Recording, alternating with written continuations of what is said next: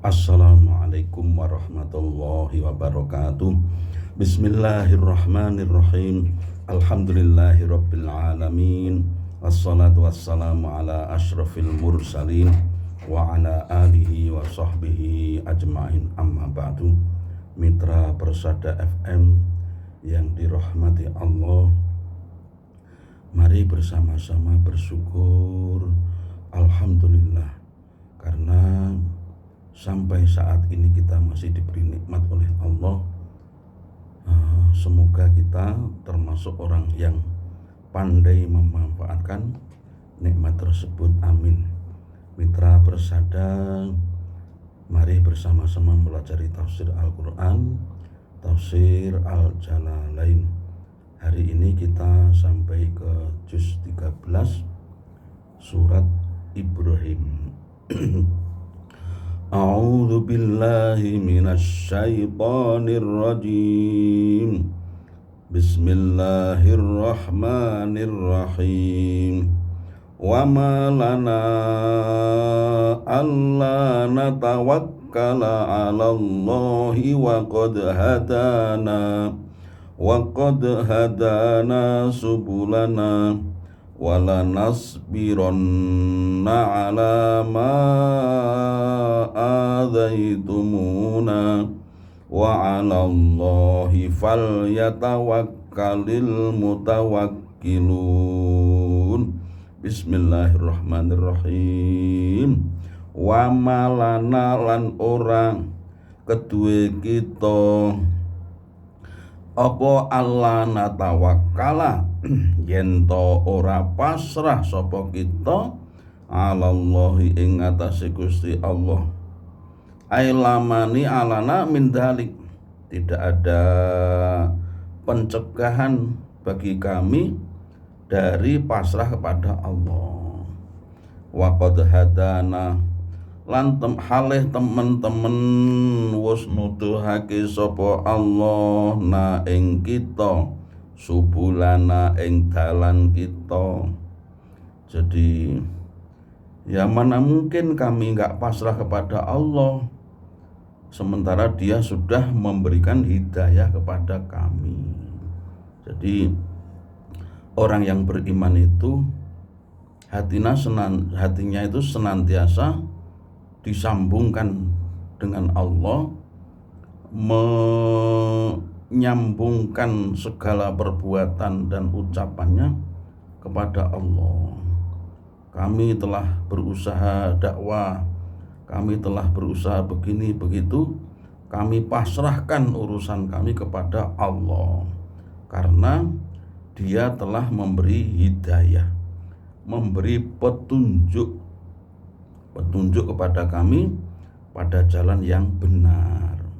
Wala nasbironna lan yakti bakal sobar temenan sapa kita alama ing atase barang azaitum kang nglarani sira kabeh na ing kita ala azakum tegese ing atase olehmu nglarani kabeh wa 'alallahi lan ing atase Gusti Allah fal yatawakkal mongko becik pasrah sapa al mutawakkiluna wong-wong kang tawakal utawa wong-wong kang pasrah. Jadi mitra Persada, orang yang beriman itu yang paling baik adalah selalu menghubungkan kehidupannya itu dengan Allah. Jadi misalnya mandiin anak, memasak, tidur, selalu dikaitkan dengan Allah.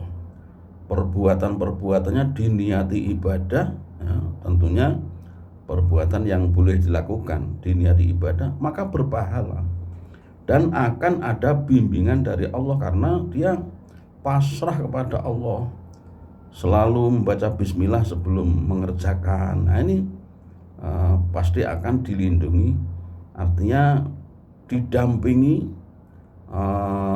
Allah selalu bersamanya. Coba kalau makan saja tidak baca bismillah, maka yang mendampinginya bukan Allah tapi setan. Jadi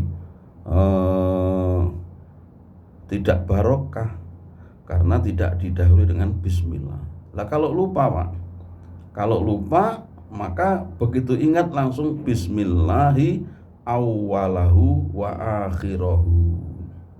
Nah, kalau sudah baca gitu maka setan tidak bisa ikut baca lagi, tidak bisa ikut makan, tidak bisa ikut makan.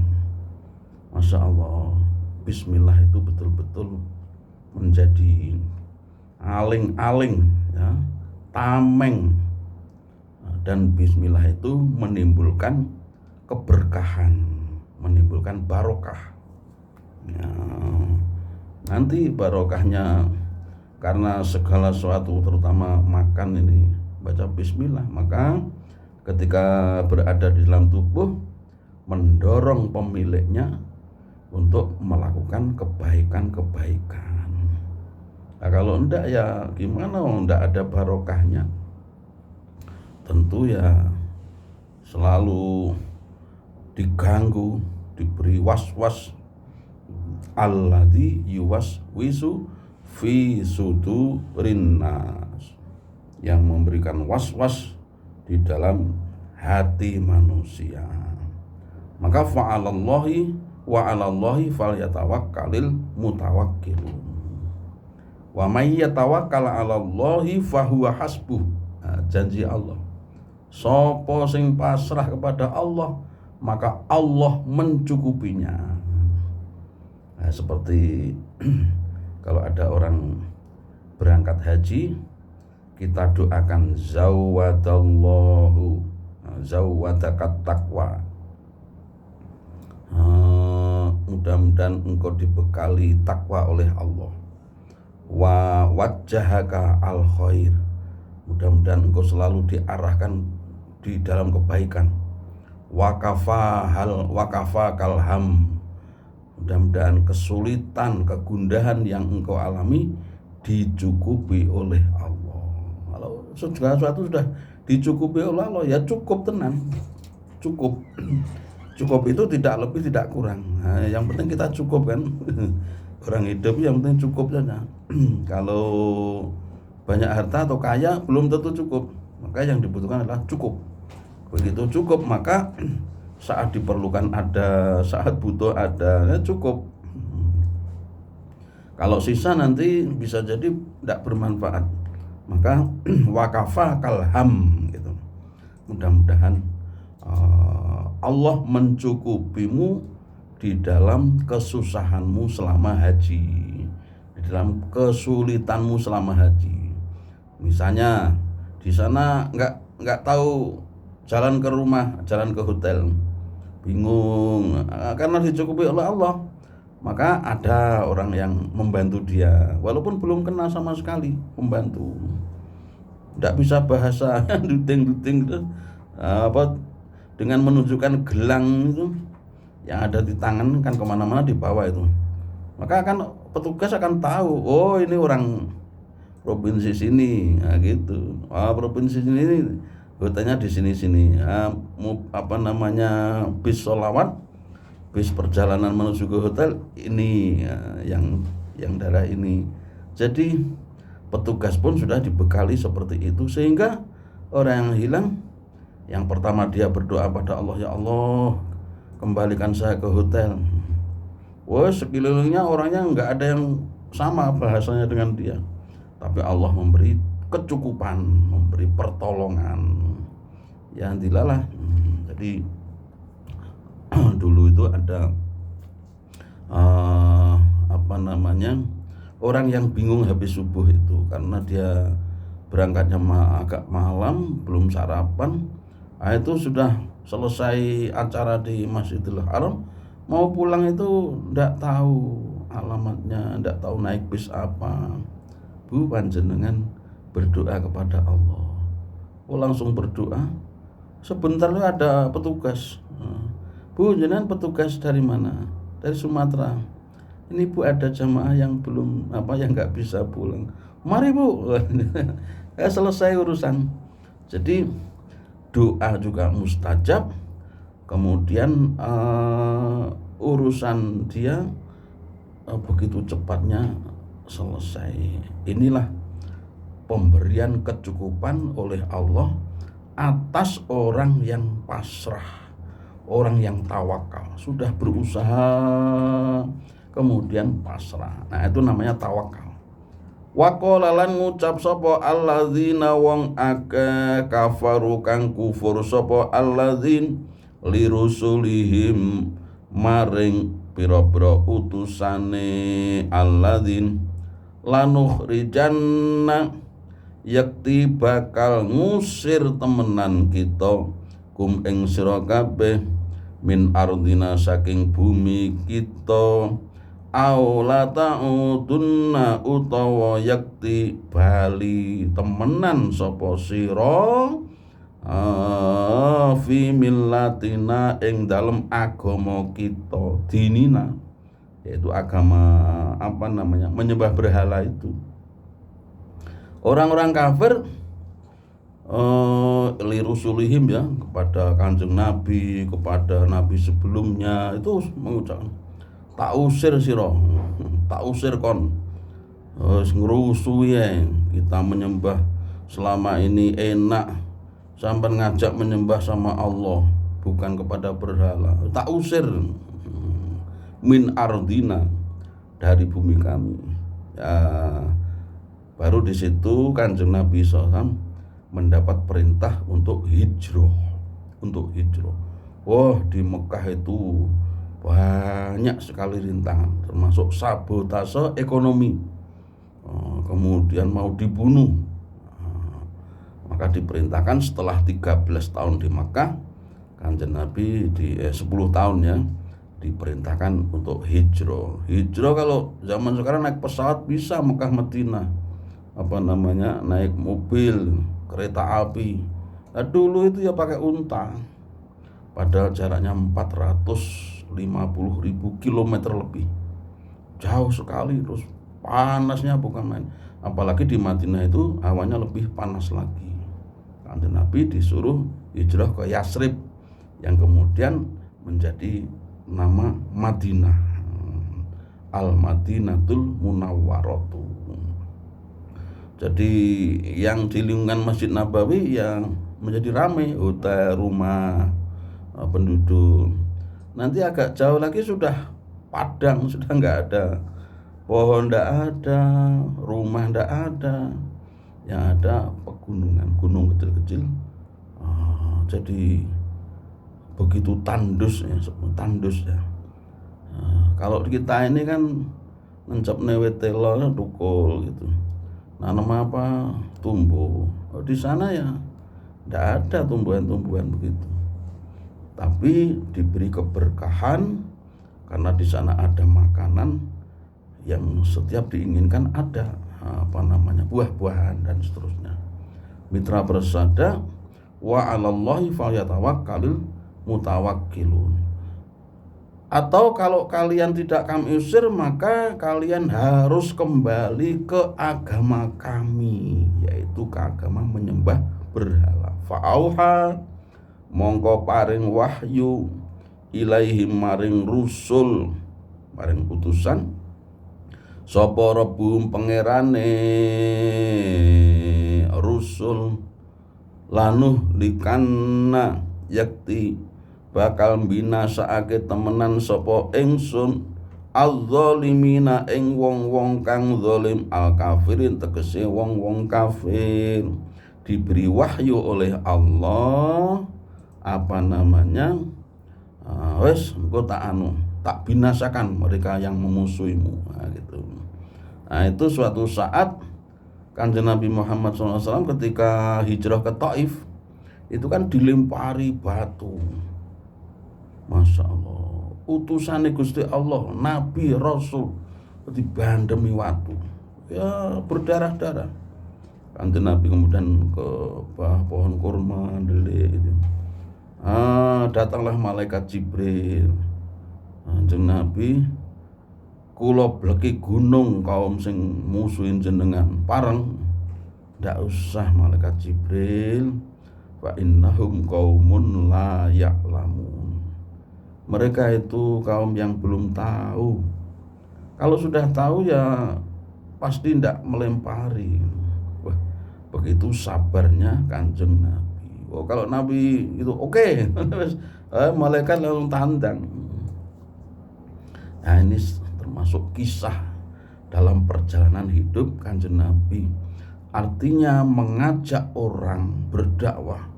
Beliau dengan lembut, dengan baik hati, dengan telaten, sabar. Ternyata masih ada yang memusuhinya, masih ada yang mau membunuhnya. Nah, kalau kita ini dakwah di zaman sekarang kan enak, pakai media, pakai kita ngomong di depan video begitu, kemudian di-share, di-upload di Instagram atau YouTube. Nah, itu juga dakwah. Tidak ada orang yang bandemi, tidak ada yang melempari. Masya Allah. Wala nuskinanna lan yakti bakal ngenggonake ingsun temenan kum ing sira kabeh al arda ing bumi, ardahum ing bumine kaum sing musuhi mau, mimba dim saking sakwuse ilange kaum karena dibinasakan oleh Allah itu. Janji Allah, nanti setelah aku binasakan kaum yang musuhimu, kamu akan menempati di tempat itu. Dalikan nasru utai mengkono pitulungan wa irasul ardi lan pewarisan bumi. Artinya mereka meninggal kemudian kita yang melanjutkan ini namanya mewarisi. Iku liman kedue wong khofa kang wedi sapa man makomi ing kedudukan ingsun. Wa khofalan wedi sapa man wa'id ing ancaman ingsun wa'idi bil azabi kelawan siksa. Pitulungan pertolongan Allah kepada para rasul tadi itu diperuntukkan kepada orang yang takut akan Allah dan takut akan ancaman Allah. Jadi kita meskipun termasuk orang yang beriman, kita tetap diharuskan untuk takut sama ancaman Allah, ancaman di dunia maupun di akhirat. Maka sangat dianjurkan sering-sering minta ampun, istighfar sehabis sholat, setiap saat.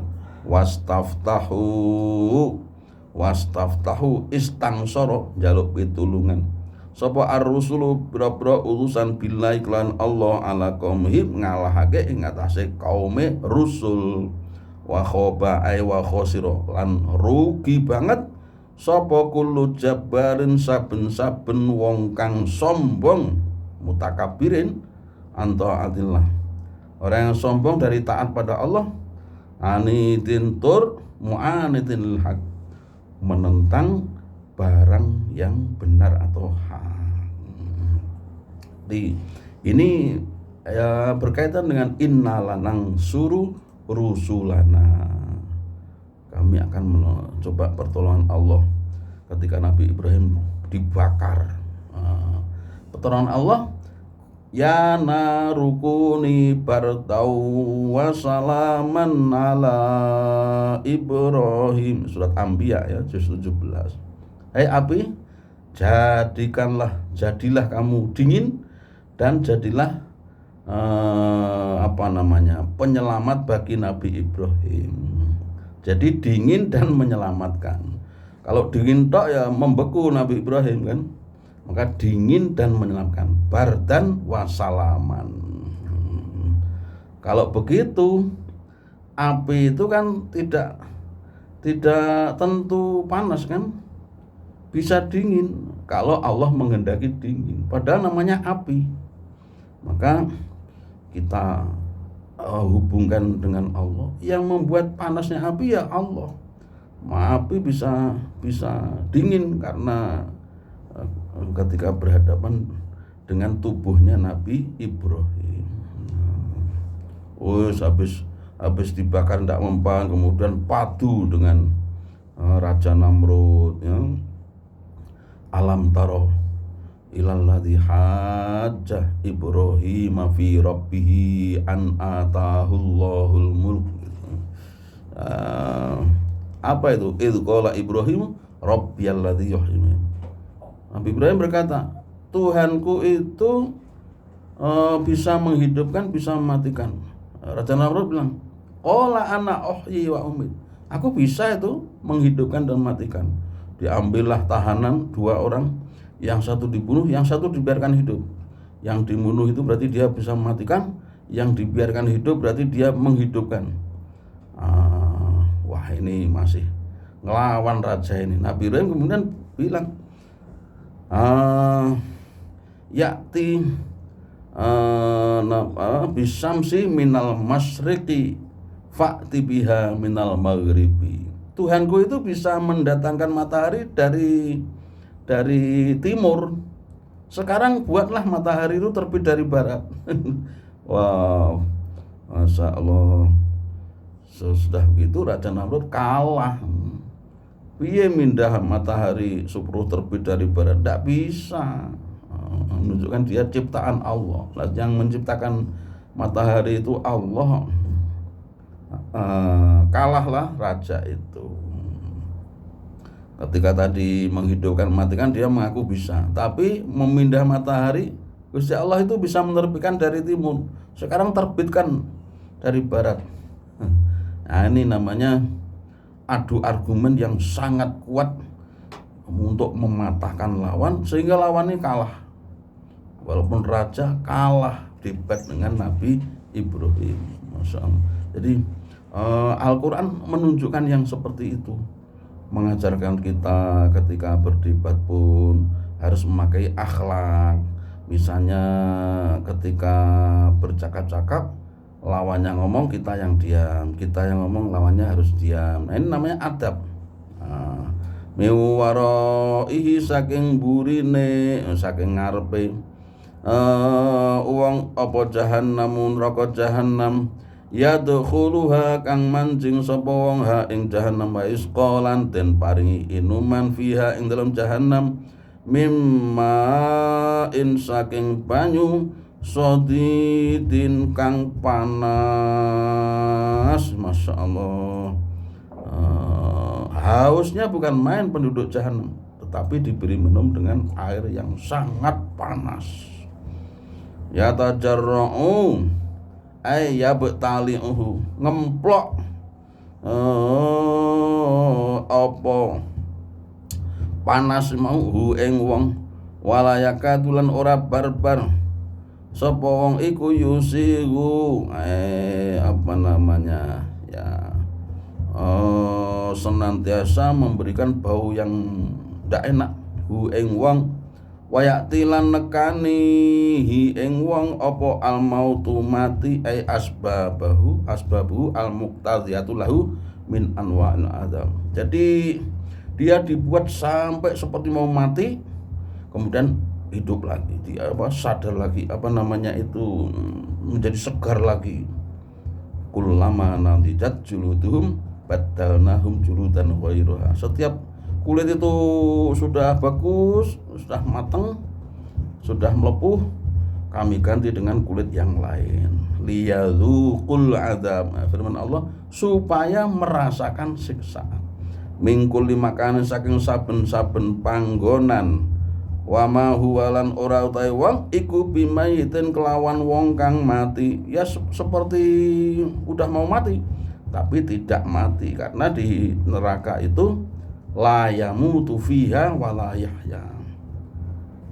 Tidak hidup, tidak mati, artinya tengah-tengah, bisa merasakan siksaan. Pami waraihi lan saking barkuwi ba'da dzalikal azab penutai siksa ghalidun kang atos, azab yang keras ya, qawiyun muttasilun. Setelah itu ada siksaan yang kuat, siksaan yang sangat menyakitkan. Inilah ancaman di akhirat bagi penentang-penentang kebenaran. Di dunia mungkin masih selamat ya, membunuh kemudian sembunyi, ndak konangan. Tapi di akhirat tidak akan lari dari tidak akan bisa lari dari ancaman itu, karena siksaan di akhirat itu sesuai dengan keadilan. Nah, siapa yang berbuat begini kemudian tidak taubat, disiksa. Karena siksaan itu berdasarkan keadilan. Ya, keadilan yang sejati ya di sana. Mari kita menjadi orang-orang yang selalu berbuat baik, tidak menyakiti, tidak menyengsarakan makhluk lain, baik tumbuhan, hewan maupun sesama manusia.